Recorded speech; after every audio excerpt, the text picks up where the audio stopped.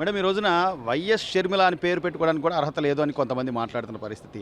అదే షర్మిల గారు గతంలో జగనన్న వదిలిన బాణాన్ని అని చెప్పి ఆవిడ జగన్మోహన్ రెడ్డి గారు జైల్లో ఉన్నప్పుడు ఆవిడ చేసిన పాదయాత్ర చూసాం. వాళ్ళ అమ్మగారు నేను బైబిల్ పట్టుకున్నాను, నన్ను ఒక్కసారి నా బిడ్డకు ఒక్కసారి అవకాశం ఇవ్వండి అంటే వాళ్ళు పక్క రాష్ట్రాలకు వెళ్ళిపోయి మళ్ళీ ఎలాంటి ఇబ్బందులు పడ్డారు కూడా అందరూ చూసారు రాష్ట్ర ప్రజలు.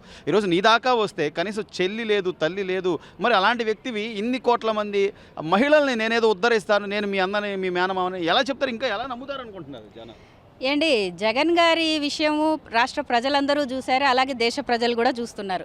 ఆయన ఎలాంటి వ్యక్తి అంటే ఏరు దాటాక తెప్ప తగలేయటం అనే సామెత ఉంది చూశారు, ఆ రకం అన్నమాట.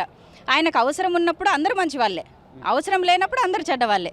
మరి షర్మిల గారిని ఈరోజు ఈ రకంగా ఇంత కించపరిచి మాట్లాడుతున్నారు కదా. మరి ఇదే షర్మిల గారు ఓదార్పు యాత్ర మధ్యలోనే మీరు చేసేటప్పుడు ఆవిడ వచ్చి జగనన్న కోసం నేను వచ్చాను, నా కోసం నా చెల్లి ఉంది, నా తల్లి ఉంది అని చెప్పి ఆ రోజు మీరు మీకోసం పాదయాత్ర చేసినటువంటి అదే చెల్లెలు కదండి ఇప్పుడు ఉండేది. అంటే అప్పుడు మీకు అవసరం ఉన్నప్పుడు చెల్లి మంచిదైంది, అవసరం లేనప్పుడు చించి పక్కనేసారు. అంటే చెల్లెలకి తల్లికి తేడా అనేది వీళ్ళు ఎంత దారుణంగా చూస్తున్నారో రాష్ట్ర ప్రజలు గమనిస్తున్నారు.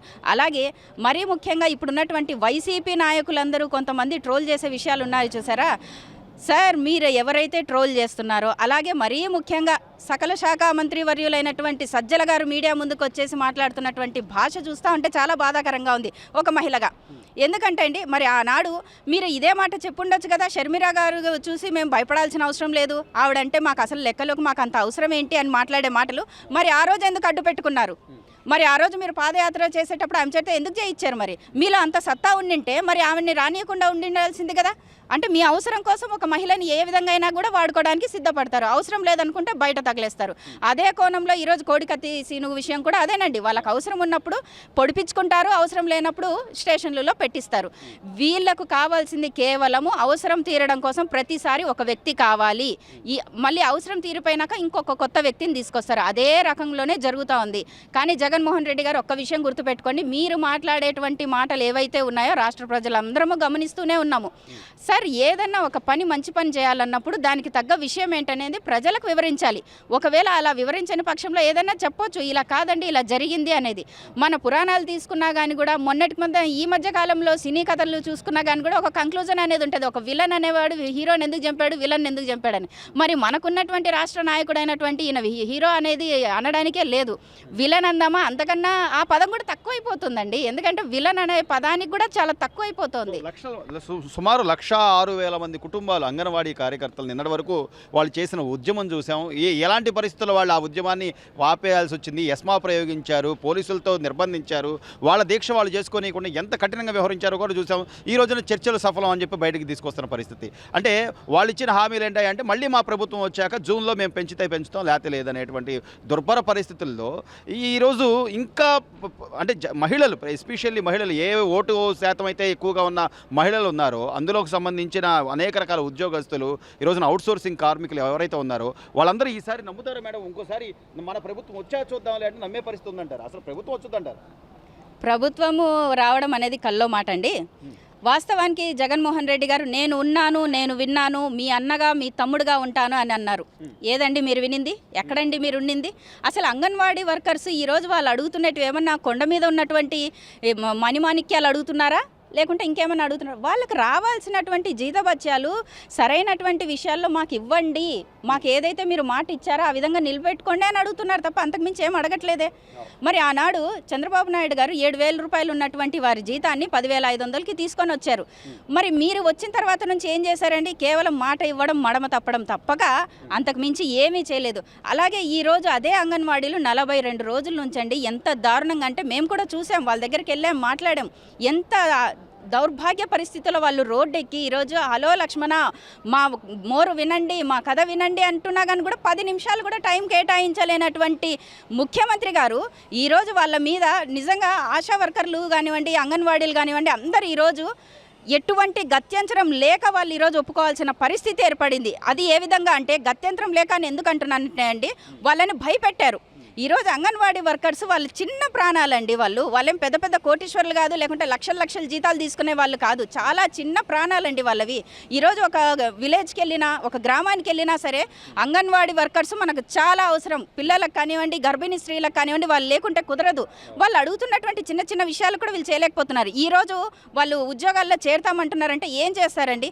వాళ్ళకి తగిన సమాధానం ఎలక్షన్లోనే చెప్పగలము, ఇప్పుడైతే చెప్పలేము అన్న విధంగానే వాళ్ళు కూడా ఒక విధంగా తగ్గారు. కానీ జగన్మోహన్ రెడ్డి గారు ఒక్క విషయం గుర్తుపెట్టుకోండి, నెక్స్ట్ మీ గవర్నమెంట్ వస్తుంది అనేది మాత్రం కల్లో మాటనే. కానీ మహిళలకు, ఆంధ్రప్రదేశ్ రాష్ట్రంలో ఉన్న మహిళలకు ప్రతి ఒక్కరికి కూడా, కేవలం అంగన్వాడీలకే కాదండి, ప్రతి ఒక్కరికి కూడా ఈ జగన్మోహన్ రెడ్డి ప్రభుత్వం అనేది అన్యాయమే చేసింది. చివరిగా మేడం, ఈ రోజున అంటే కులాలు చూడను, మతాలు చూడను, నేను మొత్తం అందరినీ ఒకే రకంగా చూస్తాను చెప్పుకుని జగన్మోహన్ రెడ్డి గారు మొన్న సంక్రాంతి రోజున 2 కోట్ల రూపాయలు, సుమారు కోట్ల రూపాయలు పెట్టి సెట్ వేయించుకుని ఆయన ఏదో అంటే నేను హిందువుని చెప్పుకునే ప్రయత్నం చేసే పరిస్థితి. ఈ రోజున డాక్టర్ బిఆర్ అంబేద్కర్ బొమ్మని ఆవిష్కరించి, ఆ విగ్రహాన్ని ఆవిష్కరించి నేను అభినవ అంబేద్కర్ అని చెప్పుకునే పరిస్థితి. మరి అయోధ్య రామ మందిర నిర్మాణానికి కోసం దానికి ఎందుకు వెళ్ళలేకపోయారంటారు?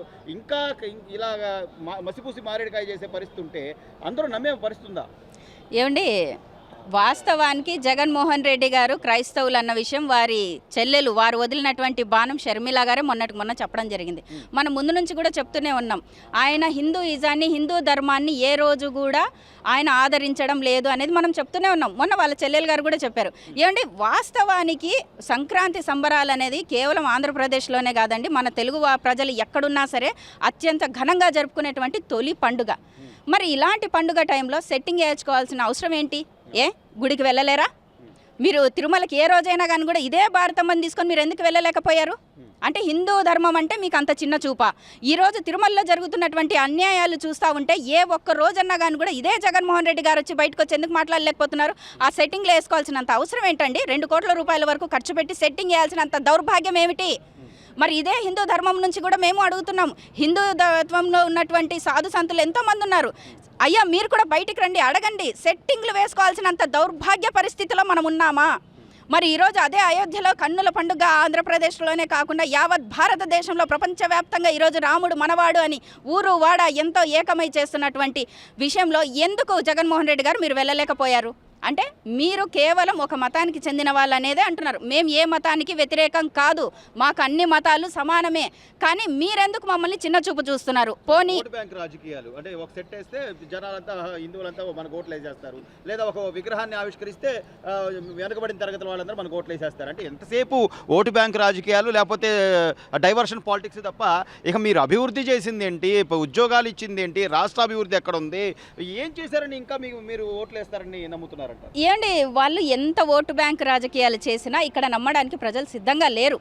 ఎందుకంటే ఈయన పోనీ హిందూ ధర్మానికి సంబంధించిన వ్యక్తి అంటే కాదు, ప్రసాదాలు ఇస్తే వెనక్కి ఇసిరేస్తాలు, అక్షింతలు వేస్తే ఏదో తలపైన నిప్పులు పడ్డట్టుగా దులిపేసుకుంటారు. ఇక భారతి మేడం గారి కథ తెలిసిందే, ఇలా ఇస్తే టిష్యూ పేపర్తో తుడిచేసుకొని పక్కన పెడతారు. సో హిందూ ధర్మం నుంచి కూడా నమ్మడానికి ఎవరం సిద్ధంగా లేము. అలాగే ఆయన అనేటువంటి క్రైస్తవ మతం ఏదైతే ఉందో అదే క్రైస్తవ మతం కూడా తీసుకుందాం. మరి ఎంతమంది దళితుల మీద ఈరోజు అంత దారుణంగా మర్డర్లు చేస్తా ఉన్నా, పోనీ ఆ ధర్మానికైనా ఏమన్నా న్యాయం చేశారా? మైనార్టీస్కి ఏమన్నా న్యాయం చేశారా? ఏ కోణానికి చెందినటువంటి వారండి మీరు? మాకు తెలిసినంత వరకు మీరు ఎటువంటి కమ్యూనిటీకి కానివ్వండి, ఏ ధర్మానికి కానీ న్యాయం చేసింది లేదు. ఈయన ప్రగల్భాలను ఎవరు కూడా నమ్మే పరిస్థితుల్లో లేరు. అలాగే అంబేద్కర్ గారి నవయుగమ అంటున్నారు కదా, మీరు ఎటువంటి అంబేద్కరు కాదండి. మీరు చేసినటువంటి డెవలప్మెంట్స్ అన్నీ ఏంటంటే నాశనం చేయడం, కూల్చడాలు, జీవితాలు నాశనాలు చేయడాలు తప్ప ఇలాంటి వాటిలో అభివృద్ధి చేశారు. ఇకపోతే ఉద్యోగస్తులు, నిరుద్యోగులకు ఏ ఉద్యోగాలు ఇవ్వలేదు. వీళ్ళు ఇచ్చినటువంటి ఉద్యోగం ఏంటంటే అండి, గంజాయిని ఎలా సప్లై చేయాలి, అమ్మాయిలను ఎలా మానభంగం చేయాలి, లిక్కర్ని ఎలా దొంగదనలో తీసుకురావాలి, వీటిల్లో వీళ్ళు ఉద్యోగాలు ఇచ్చి యువతను నాశనం చేసి వారి జీవితాలతో చెలగాటమాడే దాంట్లో అభివృద్ధి చెందిందే తప్ప ఆర్థికంగా ఎటువంటి అభివృద్ధి చెందలేదు ఆంధ్రప్రదేశ్.